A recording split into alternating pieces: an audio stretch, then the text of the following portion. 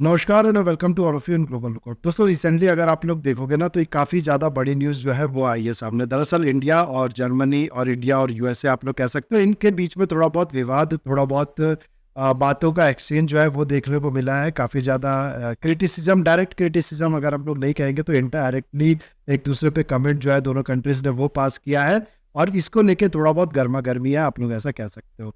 इसका कारण क्या है ये मैं आगे आप लोग को बताऊंगा, लेकिन उससे पहले मैं ये बता दूं कि हाल में कुछ जो डेवलपमेंट हुई है उसके बाद जो ट्रैक है ना, आप लोग कह सकते हो इंडिया जिस पे चल रहा है, जो बातें इंडिया को लेकर की जा रही है, ये आने वाले टाइम में बहुत बड़ी सिरदर्द हो सकती है इंडिया के लिए। एक बहुत बड़ा प्रॉब्लम का कारण बन सकता है इंडिया के लिए।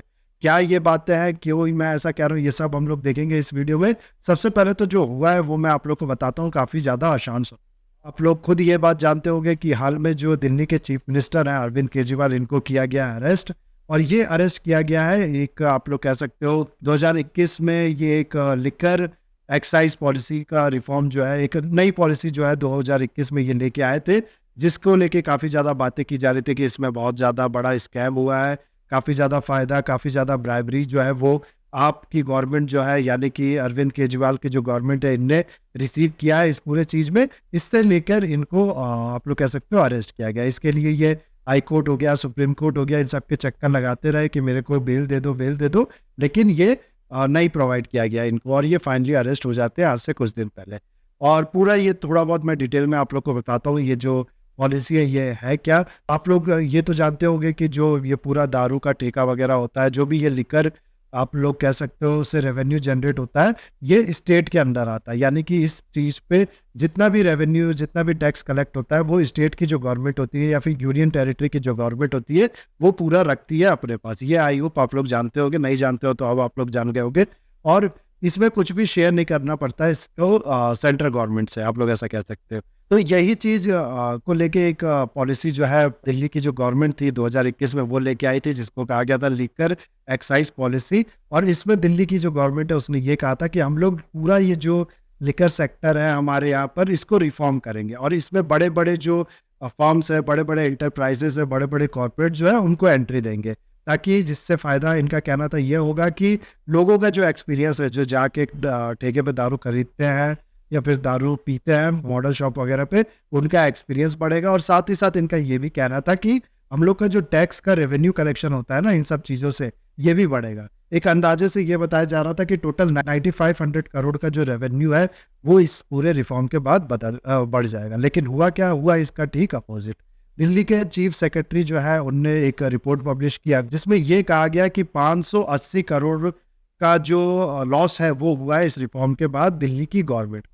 उसके अलावा इस पूरे पॉलिसी पे, इस पूरी गवर्नमेंट पे, जो दिल्ली की गवर्नमेंट थी 2022 में, उस पर इल्ज़ाम लगने लगा कि इस पॉलिसी के अंदर काफ़ी ज़्यादा दिल्ली की जो गवर्नमेंट है उसने गलत काम किया है। क्या गलत काम किया है कि जो लाइसेंस बांटे हैं उसमें काफ़ी ज़्यादा इरेगुलरिटीज़ देखने को मिली है। बहुत से लाइसेंस ऐसा है जो कि फ्री ऑफ कॉस्ट दे दिया गया है, ब्राइबरी लेके, या फिर आप लोग कह सकते हो इस तरीके के अनइथिकल प्रैक्टिस, इलीगल प्रैक्टिस जो है वो अपनाया गया है दिल्ली की गवर्नमेंट द्वारा। ईडी की एक स्टेटमेंट है वो मैं आप लोग को बताता हूँ। ईडी का कहना है कि unexpected impossible profit margin of 185% were provided to retailers, यानी जो रिटेलर्स है उनको 185% का जो प्रॉफिट मार्जिन है वो प्रोवाइड किया गया। आप खुद सोच के देखो, यानी कि जो चीज़ 1 रुपए की है वो 2.85 रुपए में बेची गई है रिटेलर्स द्वारा। इतना मार्जिन प्रोवाइड किया गया दिल्ली की गवर्नमेंट द्वारा, जो रिटेलर्स हैं दारू के ठेके वेके पे जो रिटेल में बेचते हैं उनको।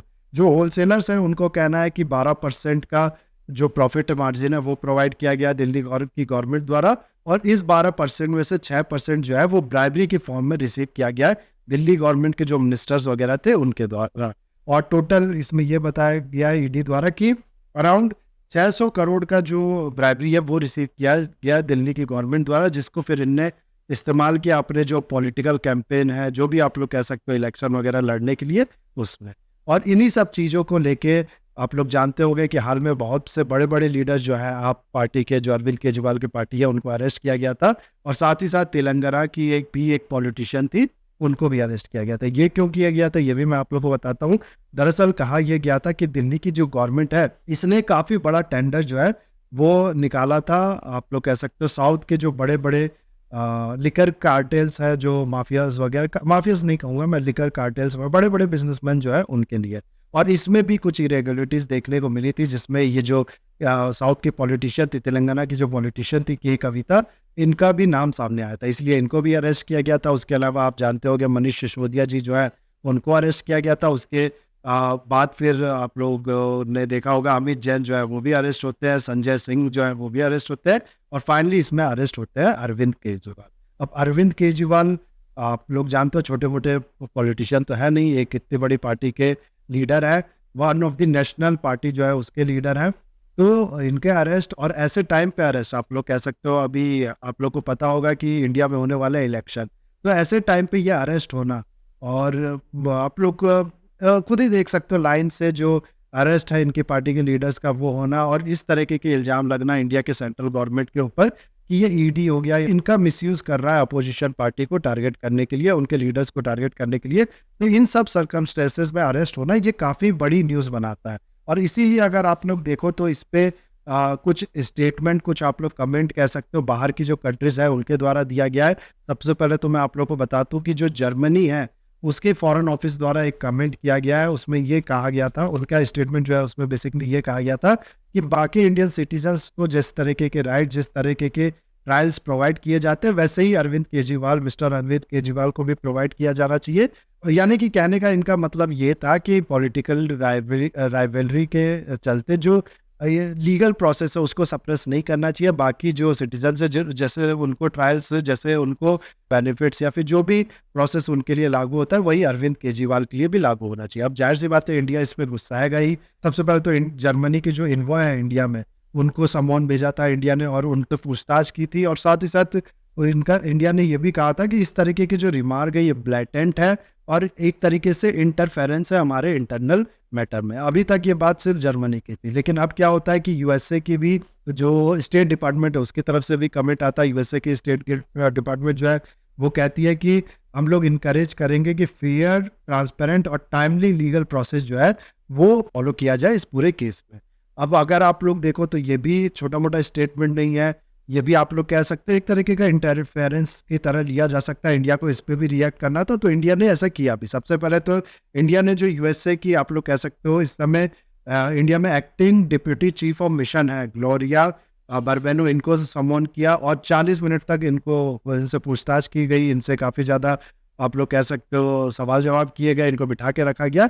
और उसके बाद में इंडिया की जो मिनिस्ट्री ऑफ एक्सटर्नल अफेयर्स है उसकी तरफ से ये स्टेटमेंट आता है कि इस तरीके के जो स्टेटमेंट है, इस तरीके की जो बातें हैं बाहर की कंट्री द्वारा, दूसरी कंट्री द्वारा, ये अनप्रेसिडेंटेड है और अनवारंटेड एस्पर्शन है। इस तरीके के स्टेटमेंट, इस तरीके का रिएक्शन जो है वो इंडिया के मिनिस्ट्री ऑफ एक्सटर्नल अफेयर्स द्वारा दिया गया। और भी काफ़ी बातें की गई है कि बाहर की कंट्रीज़ को इंडिया के इंटरनल मैटर में इंटरफेयर नहीं करना चाहिए, हमारा जुडिशल प्रोसेस जो है उसके थ्रू ये सब काम हो रहा है, इस तरीके की बातें की गई है। अब इस तरीके का स्टेटमेंट का एक्सचेंज, इस तरीके का विवाद आप लोग कह सकते हो दो कंट्रीज के बीच में, ऐसा नहीं है पहली बार हो रहा है, ये होता रहता है। अक्सर कंट्रीज एक दूसरे कंट्रीज को क्रिटिसाइज करती हैं जो भी उनको लगता है कि ये सामने वाली कंट्रीज ने गलत किया उसके लिए। लेकिन हाल में अगर आप लोग देखो ना तो कुछ ऐसी डेवलपमेंट हुई है जिसको लेके मैं ये कहूँगा कि इंडिया को थोड़ा बहुत यहाँ पर कंसर्न होना पड़ेगा। दरअसल हाल में अगर आप लोग देखो तो काफ़ी ज़्यादा अटैक कह लो आप लोग, काफ़ी ज़्यादा क्रिटिसिज्म आप लोग कह लो इंडिया के अगेंस्ट में ये होने लगे हैं कि यहाँ पर जो डेमोक्रेसी है उसको थ्रेटन किया जा रहा है। डेमोक्रेसी यहाँ पर एक तरीके से आप लोग कह सकते हो अंडरमाइन की जा रही है, इस तरीके की बातें की जाने लगी है। और ऐसे में अगर आप लोग देखो तो एक ऐसे टाइम पे इतने बड़े लीडर का अरेस्ट होना जब कुछ टाइम के बाद ही इलेक्शन होने वाला है, तो ये सवाल, ये क्रिटिसिज्म जाहिर सी बात है दोबारा ये किया जाएगा ही आगे इंडिया के अगेंस्ट में। कुछ आप लोग को हाल की मैं डेवलपमेंट बताऊं, हाल की कहने का मतलब है पिछले कुछ साल की डेवलपमेंट अगर मैं आप लोग को बताऊं तो 2021 में अगर आप लोग देखो तो फ्रीडम हाउस करके एक ऑर्गेनाइजेशन है, आपने हो सकता है इसका नाम सुना भी होगा, उसने इंडिया का जो आप लोग कह सकते हो कैटेगरी है, जो भी उसका इंडेक्स है उसके अकॉर्डिंग जो कैटेगरी वो डिसाइड करता है, उसमें इंडिया को पार्शली फ्री डेमोक्रेसी की कैटेगरी में डाल दिया था। उसके अलावा अगर आप लोग देखो तो वी डैम इंस्टीट्यूट है एक स्वीडन का, उसने इलेक्टोरल ऑटोक्रेसी के उसमें डाल दिया था इंडिया को, आप लोग कह सकते हो as a electoral autocracy classified कर दिया था। इकोनॉमिक इंटेलिजेंस यूनिट का नाम आप लोग ने काफ़ी ज़्यादा सुना होगा, उसने इंडिया को 53rd रैंकिंग दी थी उसकी जो डेमोक्रेसी इंडेक्स है उसमें। तो क्या आप लोग समझ पा रहे होगे कि इंडिया की जो रैंकिंग है, इंडिया का जो भी लेवल है उसको कंटिन्यूअसली डाउनग्रेड किया जा रहा है यहाँ पर बाकी दो जो भी कंट्रीज हैं उनके द्वारा। अब यहाँ पर ये सही कर रही हैं या गलत है कर रही हैं, इंडिया को आप लोग कह सकते हो अटैक कर रही हैं, प्रोपेगेंडा के उसमें कर रही है, ये सब चीज़ तो ठीक है, लेकिन हम लोग को यहाँ पर ये समझना पड़ेगा कि भीड़ की भी एक वैल्यू होती है। अगर 10 लोग 100 लोग मिल के कोई आप लोग कह सकते हो बात कह रहे हैं, भले वो गलत ही कह रहे हो, तो इसको ऐसे ही हम लोग इग्नोर नहीं कर सकते कि नहीं नहीं ये गलत कह रहे हैं, इसको मत सुनो, इस तरीके की चीज़ें नहीं कर सकते। भीड़ की भी एक वैल्यू होती है, ये चीज़ हम लोग को समझना पड़ेगा। इन सब जो भी ये आप लोग कह सकते हो इंडेक्सेस और इनको काउंटर करने का जो हाल में सॉल्यूशन निकाला है वो ये कि इंडिया ने अपना एक इंडेक्स बनाया है। वो आरएफ एक थिंक टैंक है, उसके साथ मिलकर इंडिया ने एक इंडेक्स डेवलप करने की बात की है, हमारी खुद की डेमोक्रेसी इंडेक्स। तो ये सब भी ठीक है, लेकिन इंडिया को आप लोग कह सकते हो इस तरीके के स्टेप्स, इस तरीके की चीज़ें, इस तरीके की जो एजेंसीज है, इनको भी कॉन्फिडेंस में लेके चलने की ज़रूरत है और इस तरीके के स्टेप से आप लोग कह सकते हो बचने की ज़रूरत है, जिसपे एक बहुत बड़ा सवाल जो है वो उठाया जाए किसी दूसरी कंट्री द्वारा या किसी दूसरी ऑर्गेनाइजेशन द्वारा। तो ये था पूरा न्यूज़, देखते हैं आगे क्या होता है। अभी के लिए मैं इस वीडियो को करूँगा यहाँ पर खत्म। आई होप वीडियो आपको अच्छा लगा होगा। इसे लाइक, कमेंट, शेयर, सब्सक्राइब जरूर कीजिएगा। That's all, have a nice day, take